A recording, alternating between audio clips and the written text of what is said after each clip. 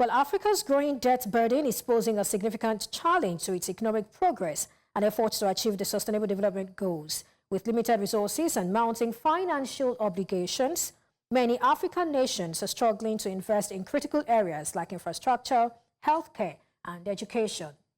Addressing these challenges require a dual approach, strengthening domestic resource mobilization and reforming global financial systems to create more equitable support mechanisms. As the continent prepares for the Global Financing for Development Conference, there is an urgent need for innovative solutions and international cooperation to help Africa overcome its debt crisis and achieve long-term economic stability. 2030 is still even possible or realistic? Good morning. It's a pleasure to be here in the SDG Media Zone. Yes, we are off track. Everybody's off track from SDG implementation standpoint, not only Africa. But Africa indeed is off track. As per some UN data, Africa succeeded in delivering only 12% of the 140 targets. We need to understand the reasons behind this. When I say the reasons, allow me to say the root causes of this, not the cosmetic ones. Because if we may be captured by a short-term mindset, we move just to identify the cosmetic reasons, we'll be missing the picture. And from an SDG implementation standpoint, there is one piece missing in the equation, but missing in a quite profound way, means of implementation. This is the root cause. So, basically, in the case of Africa, the financing for development model is over, is broken. We need to shift the paradigm of financing for development in Africa. Allow me to provide you two figures, if you allow, very quickly. So far, Africa has undertaken more than 320 debt restructuring process. More than 320 debt restructuring process. Have we solved the problem? No. And I would like just to provide you an example what happened in 22 from a financing standpoint. In 22, an African country, or a set of African countries, issue 140 billion in Eurobonds.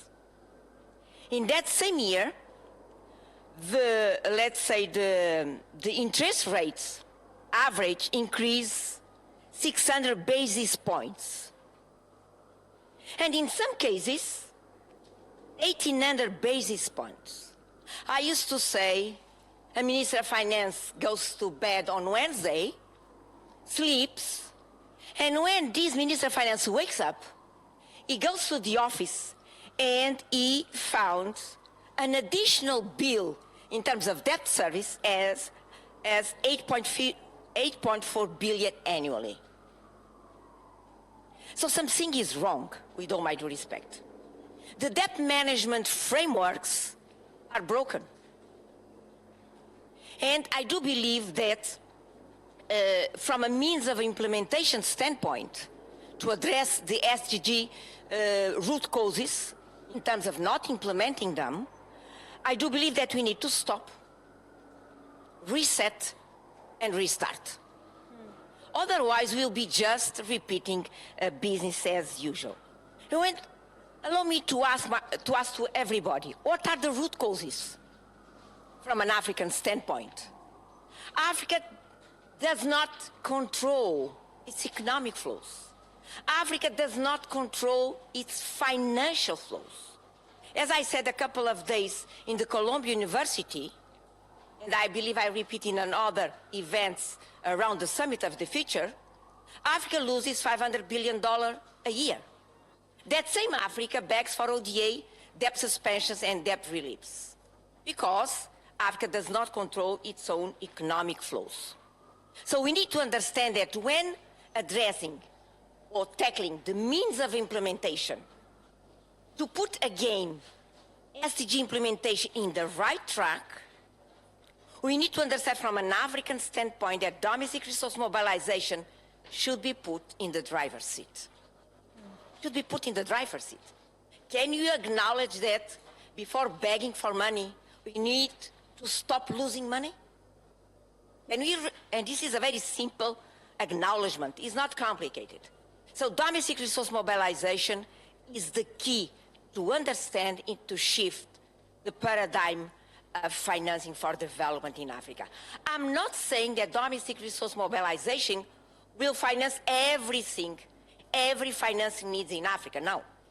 This is an accounting approach. This is an arithmetic approach. But by building strong DRM systems, African countries will increase their policy space. When they increase their policy space, African countries will be put in a position to decide how to finance its own deficits, how to reshape the risk profile of Africa, and consequently tapping international capital markets in a much better position, avoiding the 140 billion euro bond that put the Minister of Finance at 8 a.m. in the morning with an additional bill of $8.4 billion in terms of debt service. So something very deep needs to be fixed. Thank you very much. Yeah, Alvaro, just sort of pivoting a bit, there are more people now in extreme poverty globally than there were before the pandemic. Is there something that is being misunderstood about that? And as Christina points out, understanding, comprehension is really at the heart of really trying to get to any solution, whether we're talking about debt refinancing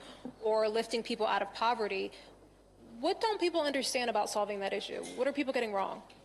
Well, thank you very much. I'm very happy to be here with two African leaders, actually. I'm very proud also about the work that IFAD does, as you mentioned, with small-scale farmers and targeted local investment. So your question is very interesting, and following on what Christina was mentioning, actually many times we believe that ODA or multinationals are going to solve the issues related to food systems or to hunger and to poverty. But the reality, if you look at the flows, is that the biggest flows in a country related to food systems, how food is being produced, distributed, stored, relate to local private sector. And this is a big part of the solution, and that's very important to understand. If you also believe about official development assistance, we are talking every year around 200 billion, out of which 5% goes to agriculture, around 9% according to OECD to hunger and poverty schemes. We believe it's much more, but it's not real. So the reality is that a lot of it starts also with trying to promote policies that also enable local private actors to also thrive. That's the first thing. And I think official development assistance or institutions like ourselves have to catalyze in terms of policies, the risking, blending, and that's very important. If you think about the overall figures, then as I said, official development assistance can be 200 billion, but foreign direct inflows is 600 billion. If you talk about remittances, it's 600, 700 billion every year. So there's a lot of money out there. Food subsidies are around 600 billion. So actually, to us, one of the key issues is a matter of underinvestment in rural areas, because a lot of the poverty is concentrated in rural areas. If we could just provide a lot of the small farm holders with the thrives, with the access to land, in the case of women especially, to the access to inputs, the access to credit, that would make a huge difference in driving local development and creating jobs.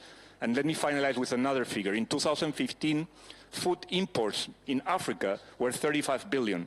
It is projected next year it will be 110 billion of food imports. Clearly, there's something broken in terms of food systems. And I think there's a lot of potential for job creation in Africa related to the rural areas and small-scale farming. Thank you.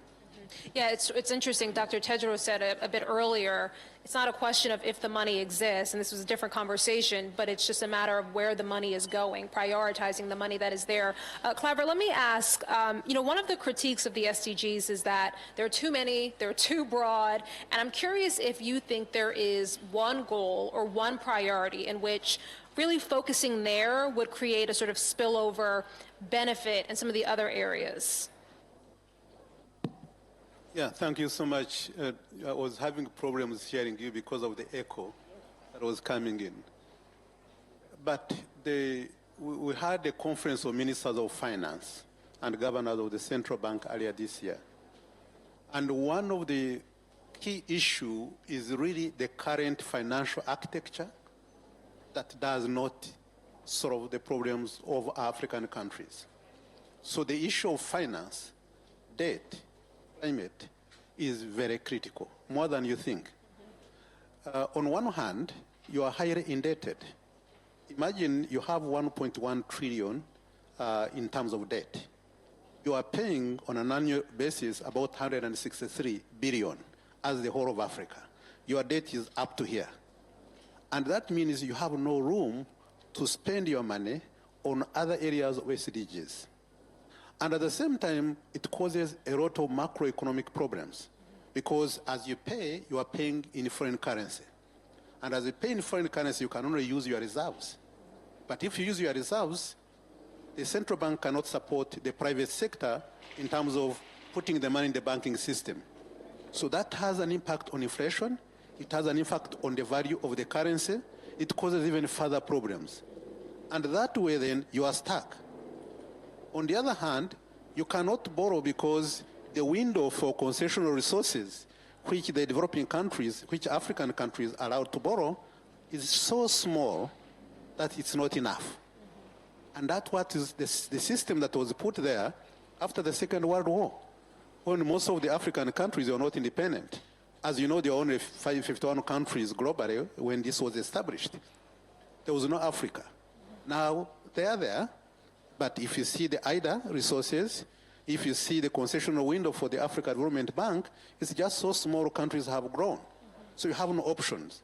And to really even to make it worse, our countries are not highly rated because African countries don't control the rating agencies, the Fitch, the Moody's, the S&P. That means there is a perception. And the way they do the kind of rating, you can always judge by yourself.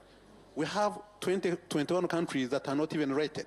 We only have 2 investment grades. It's Botswana and Mauritius. So now, if you don't have a good rating and you go to the market, then the cost is very high. And that's why, for now, the private actually debt, 40% is private loans that they are acquiring. And so they are having now a big problem of how to deal with this kind of issue. And so many countries, of course 20 countries, are at high risk of debt distress. But where do you go? We used to have the Paris Club for the G20. Now it's no longer there.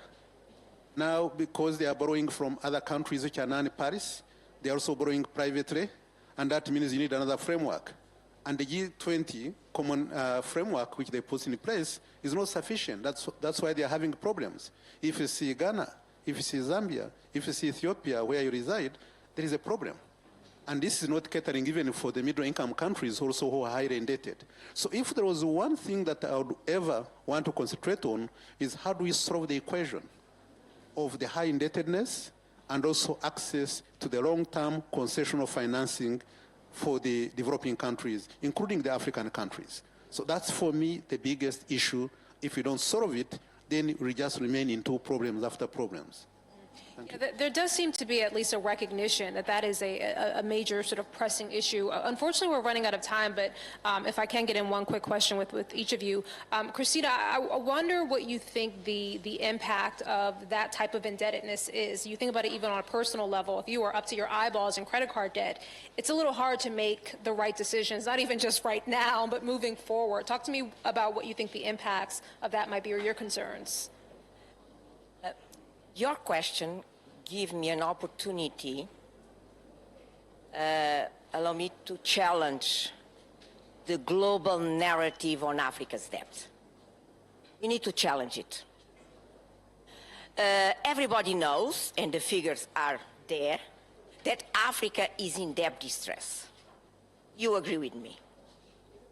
What maybe we might not agree are the reasons that try to explain this debt distress.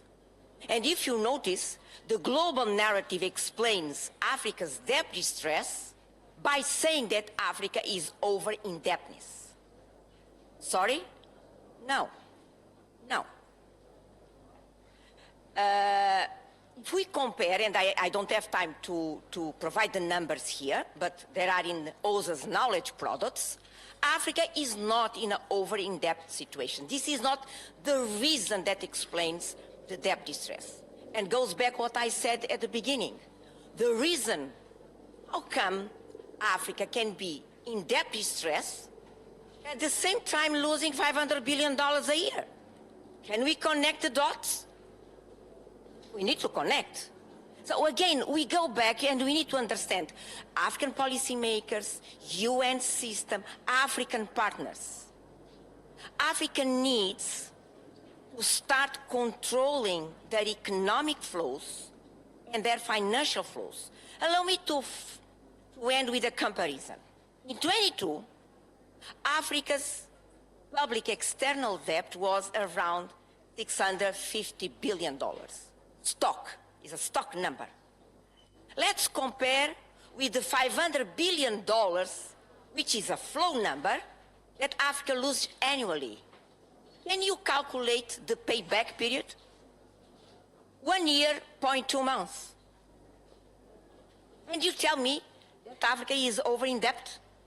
I don't think so. Thank you. Well, Africa really needs to stop, reset, and restart. Many thanks for being a part of Business Edge today. I am Perpetua Fasama Peter. Bye for now. See you later.